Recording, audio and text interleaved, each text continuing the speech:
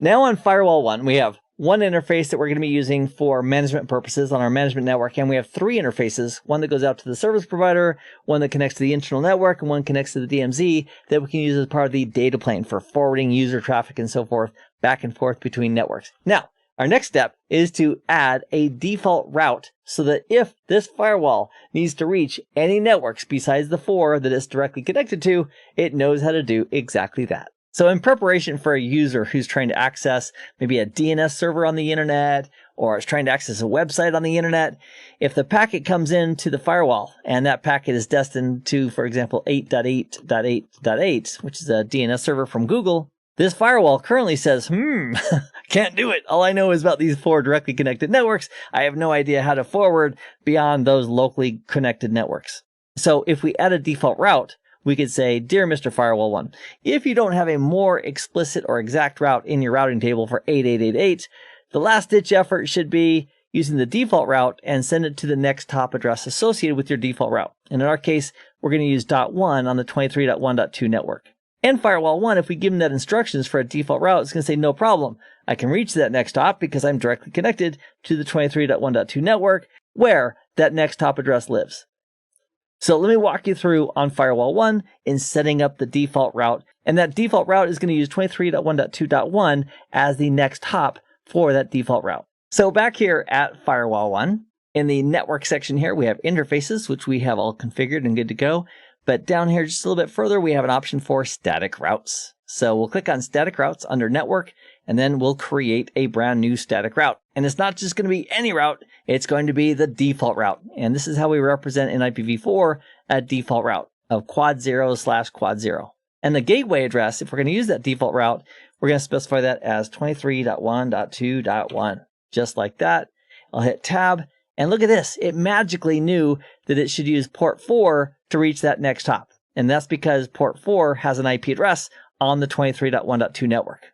So it's directly connected via port 4, and that's why by default it selected port 4 to reach that next hop.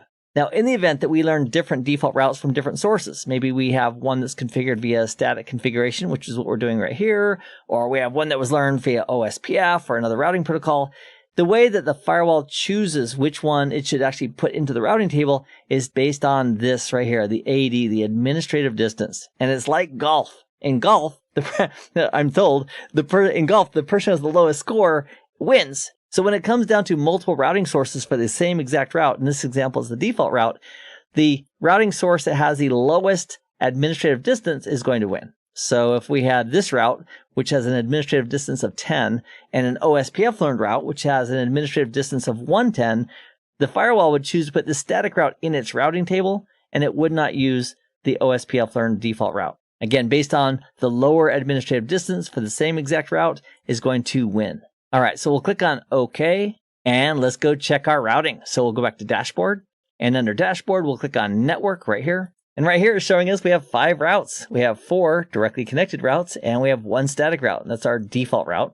And if we click here, it'll expand it to give us the details, including the routing table. So here is our default route using the next hop of 23.1.2.1. And then we have our 4 directly connected routes as well. Another way of looking at the routing table on this firewall from the command line would be to go to a command line. So I'm going to use this icon right up here near the top to bring up a console. And we can do a get router, a question mark.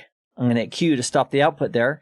Then the word info, space, question mark, and it'll say routing table and a question mark. And let's go ahead and do all. Press enter. So that's showing us the routing table for this firewall, including 4 directly connected routes and the static route that we just configured. All right, looks fantastic.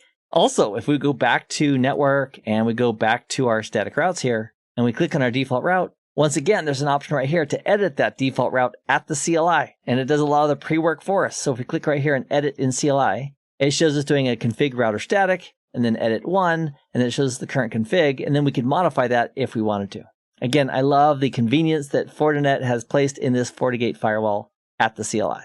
So another thing we'd want to do is test to see whether or not this works. So currently, our default route points to here to .1, and then this guy is also doing a flavor of PAT or NAT. And we talked more about that process here on R1 in our lab build videos. So this device could be a Cisco router, it could be Vios, it could be yet even another firewall from Fortinet. that's doing the translation, and effectively it's taking anything that's sourced from the 23.1.2 address space, and it's doing address translation up into this additional network, which is then forwarding it off to my service provider. So let's test App Firewall 1 and see whether or not this local Firewall 1 can access devices out on the internet. So to do that, let's go ahead and just go to a command line right here. So we'll click on the icon to go to a command line. So the way we do that here on the firewall is using the command execute and a question mark. And let's go ahead and let's do a trace. We'll do a trace. We'll tab that out. And let's go to 8.8.8.8. And survey says, let me hit the up arrow key. And let's try that one more time. And that is not flying. Why is that? That is not working. Okay, we now enter the troubleshooting phase of this video. Let me bring up my ESXi environment. And, that would explain it right there. I'm using this little wireless router as that NAT/PAT device, and it is not turned on. So I'll right click, go to snapshots, and I'll simply restore the snapshot, click on restore, and that's going to restore it to its running state. So that should start working very, very quickly. So let me minimize that. Let's go back here to the firewall, hit the up arrow key, press enter. There we go, much better. It's important to have your router enabled if you want access out to the internet. It's also doing reverse lookups, and that's how it knew this was DNS.Google, and this first hop, which belongs to Akamai. I'm using that in my lab environment. And it's not just magic that the DNS is working. If we take a look at the default configuration on the firewall, under network, we have an option here for DNS. And under DNS, it has two pre-configured IP addresses it's using for DNS. So if we wanted to change that, we can click on specify and change those, or just use the defaults provided for us. Either way is great. Although it appears that 52 at this moment is unreachable. So maybe I will change that for a moment. I'll click on specify, and let me go ahead and put a DNS server from Google there. Fantastic. And click on apply. And that looks good. So in the background, it's tested that for us, and we have reachability to both of those DNS servers. Next, let's put a PC behind the firewall on that 10.123 network, and then verify that that PC can get access through Firewall 1 through to the internet. And we'll do that in the next video, so I'll see you there in just a moment. Meanwhile, I hope this has been informative for you, and I'd like to thank you for viewing.